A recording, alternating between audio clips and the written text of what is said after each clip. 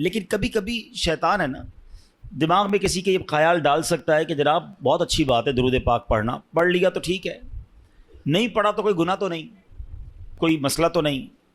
لیکن ایسا ہے نہیں. درود پاک کچھ خاص وقت اور لمحات ایسے ہوتے ہیں کہ جب درود پاک پڑھنا لازمی بھی ہے. میں ایک واقعہ آپ کو سناتا ہوں جس سے یہ بات مزید آپ کو سمجھ آ جائے گی. رات اندھیری تھی اور ہماری امی حضور بی بی عائشہ صدیقہ طیبہ طاہرہ رضی اللہ تعالی عنہا فرماتی ہے میں گھر میں کچھ سی رہی تھی. آج کل تو لائٹس وغیرہ ہیں لیکن ابھی بھی اگر مسجد کی لائٹ بند کر دی جائے، ساری لائٹیں بند کر دی جائیں تو ہمارے لیے کسی چیز کو ڈھونڈنا مشکل ہو جائے گا. آپ فرماتی چراغ گل ہو گیا اور میرے ہاتھ سے جو سوئی تھی جس سے میں سی رہی تھی وہ بھی گر گئی. اب سوئی کتنی چھوٹی سی چیز ہوتی ہے، اگر ابھی بھی گر جائے تو ڈھونڈنا تھوڑا مشکل ہو جائے گا، حالانکہ روشنی ہے، مگر اندھیرے میں تو کوائٹ امپاسبل. تو آپ فرماتی میں سوئی تلاش کر رہی تھی کہ اتنے میں اندھیرے کمرے میں میرے آقا صلی اللہ تعالی علیہ وسلم اپنا نور والا چہرہ لے کر آ گئے. اچھا دیکھیں، آج بھی دنیا میں اللہ تعالیٰ نے کچھ لوگوں کے چہروں پہ بڑا نور، بڑی روشنی، بڑی رونق دی ہوتی ہے، لیکن ہم نے یہ کبھی نہیں سنا. ہم یہ کہتے ضرور ہے کہ یہ چہرہ بڑا نورانی ہے یا بڑا چمکتا ہوا ہے، مگر سرور کائنات علیہ الصلوۃ والسلام کے نور کا عالم دیکھیں کہ میرے آقا جب ان کے کمرے میں داخل ہوتے ہیں، بی بی عائشہ فرماتی چہرہ انور سے اتنا نور نکلا کہ پورا کمرہ ہی جگمگانے لگ گیا. اور کتنا جگمگایا، کتنی روشنی ہوئی، کیا فرماتی اس نور کی روشنی میں نے اپنی گمشدہ سوئی کو تلاش کر لیا. سمجھ آ رہی بات؟ اچھا پھر جب یہ منظر تو ہو گیا، اچھا یہ حدیث ہم نے کئی بار سنی ہوگی مگر بعض اوقات یہیں تک سنی ہے. اس کا اگلا حصہ بڑا امپورٹنٹ ہے. بی بی عائشہ صدیقہ رضی اللہ تعالی عنہا نبی پاک سے بڑی محبت کے ساتھ عرض کرتی ہیں کہ یا رسول اللہ، میرے آقا آپ کتنے حسین ہیں، آپ کتنے باکمال ہیں.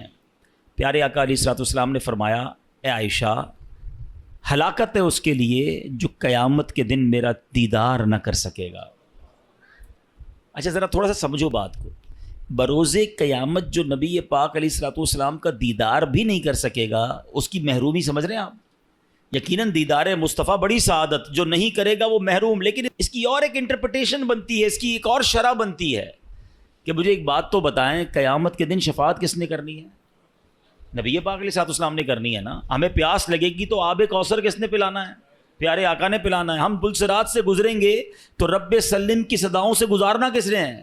یعنی محشر کے دن تو قدم قدم پر ہمیں نبی پاک کی حاجت ہے.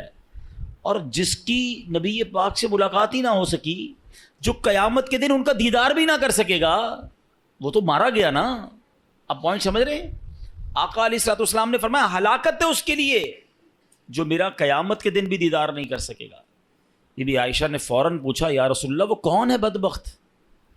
آپ علیہ الصلوۃ والسلام نے فرمایا بخیل ہے وہ شخص. بخیل کہتے ہیں عربی میں کنجوس کو. کنجوس ہے وہ شخص. کہ حضور کون کنجوس، کون بخیل؟ ارشاد فرمایا جس کے سامنے میرا ذکر ہو اور وہ مجھ پر درود نہ پڑھے. اب ذرا غور کیجئے، نبی پاک کا نام سننا ہے یا سرور کائنات صلی اللہ تعالی علیہ وسلم کا نام لینا ہے تو پھر درود پڑھنا ہے، وہاں کنجوسی نہیں کرنی ہے. اچھا اب تو کنجوسی اور بخل کی عجیب عجیب اگزامپلز آ گئی ہیں. اچھا پہلے تو درود نہیں پڑھتے تھے، اب پتہ نہیں کیا ہو گیا، درود بھی پڑھتے تو شارٹ فارم والا، نبی پاک کا نام لیا اور ساتھ سلام کہہ دیا. معاذ اللہ، صلی اللہ تعالی علیہ وآلہ وسلم، کم از کم پورا تو درود پڑھو یار. اچھا اسی طرح لکھنے میں کنجوسی، لکھنے کو پورے اخبار بھر دیں گے، پورے ناول لکھ دیں گے، مگر جب نبی پاک علیہ الصلوۃ والسلام کا نام آئے گا تو سلام یہ صاد لکھ دیں گے. یہ حرام ہے. درود بھی پورا، لکھنا بھی پورا ہے اور پڑھنا بھی پورا ہے. سارا دن باتیں کرنے کے لیے تمہارے پاس ٹائم ہے، درود کی باری میں ڈنڈی مارتے ہو. اور پھر درود پاک تو میری نیکیوں میں اضافے کا وظیفہ ہے نا، میرے گناہوں کی معافی کا وظیفہ ہے، میری تو نبی پاک میں حاضری لگانے کا وظیفہ ہے آقا کی بارگاہ میں. تو پھر میں درود پاک پڑھنے میں کیوں کنجوسی کروں؟ ہاں اب علماء نے ایک بڑی خوبصورت ہمارے لیے آسانی کر دی. اب مثال کے طور پہ دوران بیان، دوران نعت، کبھی کبھی بار بار نبی پاک صلی اللہ تعالی علیہ وسلم کا نام پاک آتا ہے تو ہو سکتا ہے کوئی پڑھنا بھول جائے، رہ جائے. تو علماء کہتے ہیں روزانہ دن میں ایک مخصوص تعداد کے مطابق درود پڑھ لیا کرو تو پورے دن میں جہاں جہاں نبی پاک صلی اللہ تعالیٰ علیہ وسلم کا نام سنا یا کہا، اور اگر درود پڑھنا رہ گیا ہے تو یہ بعد میں درود پڑھنا اس کا آلٹرنیٹ، اس کا قائم مقام ہو جائے گا۔ تو اس لیے کہا جاتا ہے کہ روزانہ کم از کم 100 بار 200 بار، اللہ ہمت دے توفیق دے تو 313 بار درود پاک پڑھ لیں تو انشاءاللہ برکتیں ہی برکتیں ملیں گی۔ نیت کرتے ہیں انشاءاللہ، میں بھی نیت کرتا ہوں، آپ بھی نیت کریں انشاءاللہ روزانہ کثرت کے ساتھ درود پاک پڑھیں گے انشاءاللہ۔ آئیے مل کر محبت کے ساتھ با آواز بلند درود پاک پڑھ لیں۔ صلو علی الحبیب صلی اللہ تعالی علی محمد صلی اللہ تعالی علیہ وسلم۔ ناظرین، آج ایک ایسی حقیقت پر میں نے بات کرنی ہے جس پر نارملی بات ہوتی نہیں ہے، اور یہ ایک ایسی حقیقت ہے کہ جس سے انکار بھی کوئی نہیں کر سکتا۔ دنیا میں بہت سارے فلسفے ہیں، دنیا میں بہت ساری تھیوریز ہیں جس میں بڑا، جس کو کہتے ہیں نا کہ اختلاف ہے، قوموں کے اندر بھی اختلاف ہے، مذہبوں میں بھی اختلاف ہے، عمر کے اندر بھی اختلاف ہے کہ نہیں جناب کچھ لوگ کہتے ہیں یہ ہے تو دوسرا کہتا ہے نہیں ایسا نہیں ہو سکتا ہے۔ بہت ساری سائنٹیفک تھیوریز ہیں، بہت ساری جناب لاجیکلی باتیں ہیں، قوموں کے کلچر ہیں، اختلاف ہے لوگوں میں، کہتے نہیں وہ کہتے ہیں یہ ٹھیک ہے، وہ کہتے ہیں یہ ٹھیک نہیں ہے۔ مگر میں جس تھیوری ہے، جس حقیقت کی بات کر رہا ہوں نا، دنیا کا ہر مذہب اس کو مانتا ہے، دنیا کا ہر رہنے والا شخص جس کے اندر عقل ہے وہ اس کو ایکسیپٹ کرتا ہے۔ یہ وہ ریئلٹی ہے جس سے کوئی بھی انکار نہیں کرتا۔ وہ ایسی کون سی ریئلٹی؟ واقعی چندی چیزیں ہیں دنیا میں، شاید گنتی کی چیزیں ہوں گی جس سے پوری دنیا کے لوگ متفق ہوں کہ ہاں یہ درست ہے، یہ کنفرم ہے، یہ ہونا ہے۔ میں انہی میں سے ایک تھیوری کی بات کر رہا ہوں، انہی میں سے ایک حقیقت کی بات کرنے جا رہا ہوں۔ مگر ایسی مسلم، ایسی کنفرم حقیقت ہوتے ہوئے بھی اس پر بات کرنے کے لیے کوئی تیار نہیں ہے، اس کے بارے میں تیاری کرنے کے لیے کوئی تیار نہیں ہے۔ یہ بڑی عجیب بات ہے۔ ایسی کون سی تھیوری ہے، ایسی کون سی حقیقت ہے، بتاتا ہوں آپ، لیکن پہلے میں آپ کو ایک واقعہ سناتا ہوں۔ اس واقعے کے ذریعے ہم اس ٹاپک تک بھی پہنچ جائیں گے اور مزید ریئلائزیشن آسان ہو جائے گا۔ حضرت عبداللہ بن ابو نوح رحمۃ اللہ تعالی علیہ فرماتے ہیں، میں نے مسجد نبوی شریف میں ایک بوڑھے میاں کو دیکھا۔ وہ مسجد کی صفائی کرتے تھے اور دن رات مسجد میں ہی رہتے تھے۔ لوگوں نے بتایا کہ یہ بوڑھے میاں جو ہیں یہ مسلمانوں کے تیسرے خلیفہ حضرت عثمان غنی رضی اللہ تعالیٰ عنہ کی اولاد میں سے ہیں، صاحب اولاد ہیں۔ اللہ پاک نے مال بھی بڑا عطا کیا ہے، لیکن یہ سب کچھ چھوڑ کر بس مسجد کے ہو کر رہ گئے ہیں۔ صبح و شام مسجد میں پڑے رہتے ہیں، مسجد کی صفائی کرتے ہیں، بس عبادت کرتے رہتے ہیں۔ حضرت عبداللہ بن ابو نوح رحمۃ اللہ تعالیٰ کہتے ہیں، میں نے جب لوگوں کی یہ باتیں سنی تو میں نے کہا کچھ تو ہے اسپیشل، جس کے بعد اتنا مال ہو، اتنی بڑی فیملی ہو، یہ مسجد میں زیادہ ٹائم کیوں گزارتے ہیں؟ تو میں واچ کرنے لگا، ان کو فالو کرنے لگا کہ کچھ راز کی بات، سیکھنے کی بات پتہ چلے گی۔ تو کہتے رات کا جب پچھلا پہر ہوا، لاسٹ آخری پہر تہجد کے وقت آیا، میں نے دیکھا کہ یہ مسجد سے نکلے اور جنت البقیع کی طرف جا رہے ہیں۔ جنت البقیع مدینہ منورہ کا قبرستان ہے، اور یقین کریں کمال کا قبرستان ہے۔ آپ یقین کریں، مطلب جنہوں نے دیکھا ہے وہ میری بات جلدی سمجھ جائیں گے، جنہوں نے نہیں دیکھا میں دعا کرتا ہوں یا اللہ ہم سب کو مدینے کی حاضری عطا کرے۔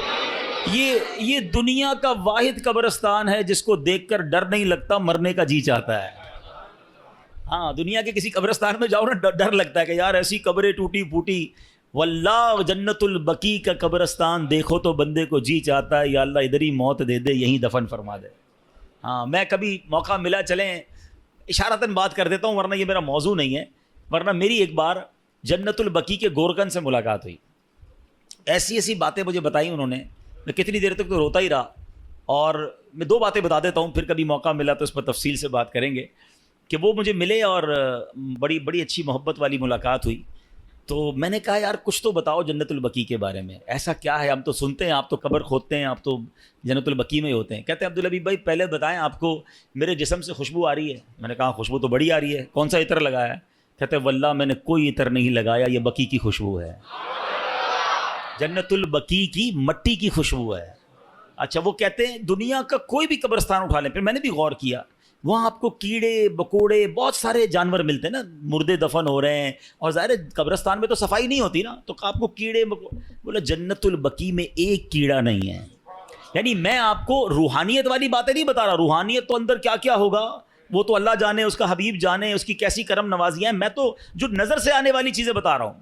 کہتا ہم جب قبر کھودتے ہیں نا عبدالحبیب بھائی، کئی بار ایسا ہوا کہ قبر کھودتے کھودتے ایسی ٹھنڈی ہوا آتی ہے کہ میں قبر کے اندر لیٹ کر خود ہی سو جاتا ہوں. کبھی گورکن کو قبر میں سوتے دیکھا ہے؟ کہتا ہے ایسی ٹھنڈی ہوا ہوتی ہے، میں سکون اتنا ہوتا ہے، میں کام کرتے کرتے ادھر ہی لیٹ جاتا ہوں قبر کے اندر، نیند بھی آ جاتی ہے. میں نے تو اس کے ہاتھ چومے اور کہا آپ ہی دعا کر دیں کہ ہمیں جنت البقیع نصیب ہو جائے. کمال کا قبرستان. اور کیوں ہے پتہ ہے کمال کا؟ ایک تو اس قبرستان میں کم و بیش 10,000 صحابہ اکرام مدفون ہیں. ہر صحابی نبی جنتی. کی قبر کیسی ہوتی ہے پتہ ہے؟ جنت کا باغ ہوتی ہے. حدیث پاک ہے نا، یا تو جنت کا باغ ہوتی ہے قبر یا دوزخ کا گھڑا. تو سارے صحابہ کی قبر تو ہو گئی جنت کا باغ. جس قبرستان میں 10,000 جنت کے باغ ہوں، اب آپ سوچو نا اس قبرستان میں جو گیا، ہائے ہائے، ایسے نہیں کہتے اعلیٰ حضرت طیبہ میں مر کے ٹھنڈے چلے جاؤ آنکھیں بند، طیبہ میں مر کے ٹھنڈے چلے جاؤ آنکھیں بند، سیدھی سڑک یہ شہر شفاعت نگر کی ہے. ہاں اچھا، پھر مدینے میں مرنے کے حوالے سے، ہاں یہ صرف جنت البقیع کی تو برکت ہے ہی ہے. سنو میرے آقا کا کیا وعدہ ہے. نبی پاک نے انکریج کیا ہے. حدیث پاک کا مضمون ہے کہ تم میں سے جس سے ہو سکے وہ مدینے میں مرے، کہ جو مدینے میں مرے گا میں اس کی شفاعت کروں گا. ہاں مدینے میں مرنے کی تمنا یہ ہمارے ایمان کا تقاضا ہے، عشق رسول کا تقاضا ہے. اور اس حدیث کی شرح میں پتہ علماء نے کیا لکھا ہے؟ اگر کوئی اس حدیث پر عمل کرنا چاہتا ہے نا تو وہ اپنا بڑھاپا مدینے میں گزارے اور پھر بغیر کسی ضرورت مدینہ پاک سے باہر نہ نکلے. مجھے ایک میسج آیا مدینہ منورہ سے، دیکھیے موضوع مجھے نہیں پتا تھا یہ چھڑ جائے گا. ہمارے لاہور کے ایک اسلامی بھائی ہیں مدینہ پاک میں، اور انہوں نے کہا آج مجھے کسی نے بتایا کہ ایک خاتون ہیں جو پاکستان سے گئی ہیں، وہاں پر 32 سال ہو گئے ہیں وہ مدینے سے باہر نہیں نکل رہی ہیں. کہتی ہیں باہر نہیں نکلوں گی کہیں باہر موت نہ آ جائے، مجھے مدینے میں مرنا ہے. اور میں ایسے کئی مدینے میں رہنے والوں کو جانتا ہوں جو نہیں جاتے، مکے بھی نہیں جاتے. ایک بار حج کر لیا انہوں نے، کہتے فرض ادا ہو گیا ہے، اب مدینہ نہیں چھوڑنا ہے. آقا نے فرمایا جس سے ہو سکے وہ مدینے میں مرے، کہ جو مدینے میں مرے گا میں اس کی شفاعت کروں گا. نصیب والوں کو ملتا، مرنا تو ہے ہی. اللہ کرے مدینے کی موت مل جائے، جنت البقیع مل جائے. زور سے کہہ دو آمین. پتہ نہیں کس کی آمین کے صدقے ہمارا بیڑا پار ہو جائے، یہ دعا ہمارے حق میں قبول ہو جائے. کچھ موت وہ ہوتی ہیں. میں ابھی پچھلے دنوں ہمارے ایک ساتھی تھے، ان کی والدہ کی یا والد کا انتقال ہوا مدینہ شریف میں اور جنت البقیع میں مدفن ہوئے. میں ان سے ملنے گیا، میں نے کہا مجھے سمجھ نہیں آ رہی آپ سے تعزیت کروں یا مبارکباد پیش کروں. یعنی ایسی بھی موتیں ہیں کہ جس پر افسوس ہی نہیں ہوتا کہ مطلب یہ تو ارمان تھا نا، یہ تو زندگی بھر مانگا ہے کہ یا اللہ ایمان والی، عافیت والی، مدینے والی، سبحان اللہ موت مل جائے. اور کیا چاہیے؟ مرنا تو ہم سب نے ہیں، مگر یہ موت ایسی ہوتی ہے جس کی تمنا ہوتی ہے. تو بہرحال وہ جو حضرت عثمان غنی رضی اللہ عنہ کی اولاد سے جو تھے وہ جنت البقیع میں گئے. رات کا آخری پہر تھا، قبلہ رخ ہو کر نماز پڑھنے لگے. ساری رات نماز پڑھتے رہے. فجر کا وقت شروع ہوا تو انہوں نے ایک دعا کی. اللہ کی بارگاہ میں عرض کرتے ہیں اللہم انک ارسلت الی ولم تأذن لی فإن كنت قد رضیتنی فأذن لی وإن لم ترضنی فوفقنی لما یرضیک. ترجمہ کیا ہے؟ اے اللہ پاک تو نے میری طرف اپنا قاصد بھیجا مگر یہ نہ بتایا کہ تو مجھ سے راضی ہے کہ نہیں. اے مالک کریم اگر تو مجھ سے راضی ہے تو مجھے بتا دے، اگر راضی نہیں ہے تو اپنی رضا والے کام کرنے کی توفیق عطا فرما دے. اچھا وہ یہ بوڑھے میاں دعا مانگ رہے تھے، اتنے میں ایک بکری یا اس جیسا کوئی جانور آیا. بوڑھے میاں نے اس کی جانور کی پیٹھ پر ہاتھ پھیرا اور اس کا دودھ بھی پیا، اس کے برکت کی دعا دی اور واپس مسجد نبوی شریف میں آ گئے. حضرت عبداللہ بن ابو نوح اللہ تعالیٰ علیہ کہتے ہیں میں 3 راتوں تک دیکھتا رہا، روز یہی کرتے تھے. تہجد کے وقت چلے جاتے جنت البقیع میں، وہاں نمازیں پڑھتے، دعائیں کرتے، پھر واپس آتے. 3 دن بعد میں نے حضرت کو روک لیا.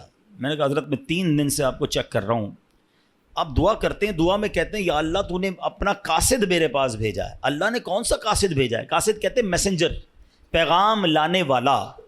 اللہ نے آپ کے پاس کون سا پیغام بھیجا ہے؟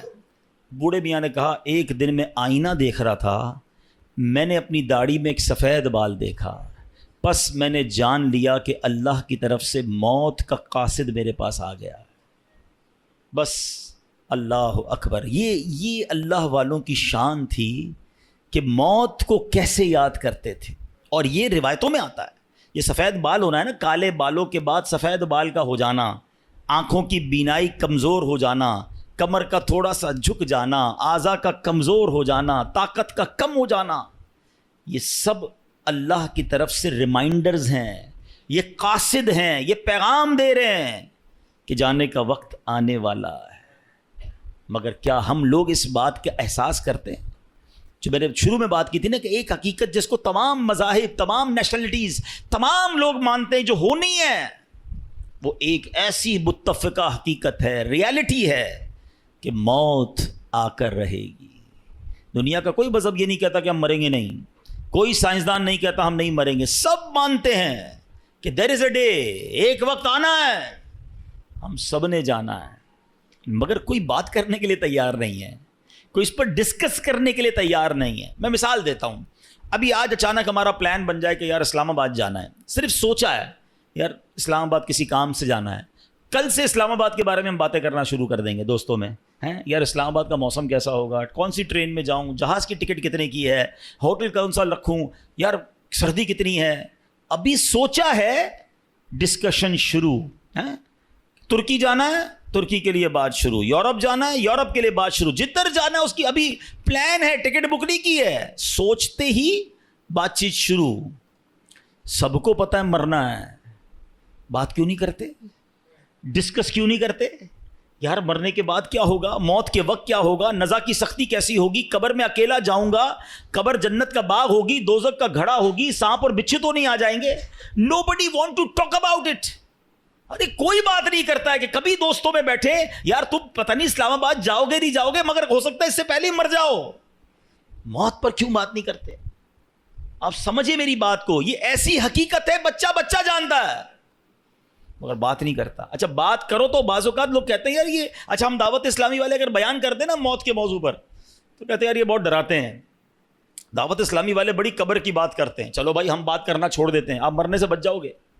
ہم بات نہیں کرتے کیا آپ موت سے بچ جاؤ گے, نہیں بچ سکو گے, سب نے مرنا ہے. تو پھر کیوں نہ بات کی جائے, کیوں نہ تیاری کی جائے. اللہ کے ولی تو سفید بال دیکھ کر روز اللہ سے کہتے ہیں یا اللہ تو نے قاصد تو بھیج دیا, یہ بھی بتا دے راضی ہے کہ راضی نہیں ہے.